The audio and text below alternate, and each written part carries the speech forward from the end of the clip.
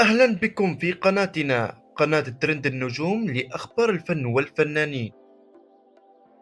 قبل بداية متابعة الفيديو لا تنسى الاشتراك وتفعيل زر الجرس ليصل لكم كل ما هو جديد من قناتنا.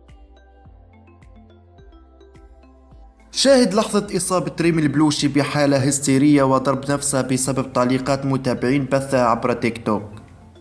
الواحد يتكلم باحترام ماكو فايده، يخلي ادبه ماكو فايده. لو انتم متعودين على قله الادب انا مو قله الادب، انا مو قله الادب نفسكم. احترم نفسكم عاد، ومو قاعده بديرة ابوكم. انا مو قاعده بديرة ابوكم. الهلاقه هذا مو علي، اوكي؟ ولد الله وولدكم. احشموا حالكم شوي، احشموا حالكم. العنصريه هذا مو عندنا، العنصريه هذا مو هني. احشموا حالكم شوي عشان لا افشل فيكم. احشموا حالكم، احشموا حالكم. لو انتم اهلكم ما ربوكم على الاصول وعلى الاحترام، انا اربيكم من اول جديد لانكم انتم قليلات ادب. سكتنا البيت نسكت وطوف. شنو ماسكين عليه زله؟ شيكم اهدوا شوي. ولد كيف الانياس؟ انتوا شكوا اخوك ابوك امك، انتوا شكوا. حتى احترام ماكو. احترموا عمري يا اخي، احترموا عمري. لا تحترموني انا بالطقاق، احترموا عمري. ترضون احد يغلط على امكم كذي؟ ترضون؟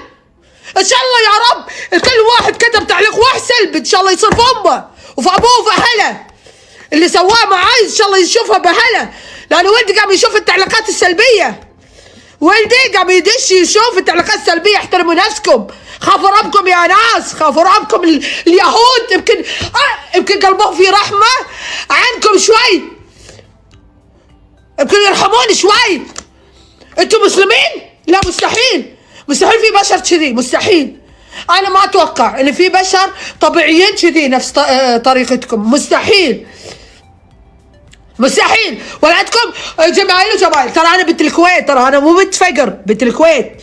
عندي خير، عندي فلوس، عندي ما شنو. ولدكم كان يتلزق عندي، كان هو كل يوم يدق علي ويا عندي يتلزق. فلا تقعدون تقولون ولدنا وتقولون حدش على السعوديه. لا والله من زمان احب السعوديه، واي حد يغلط على السعوديه والله شعمه. ماشي؟ تيجي انت تعلميني شلون احترم السعوديه؟ انا غصبا عني احترم السعوديه.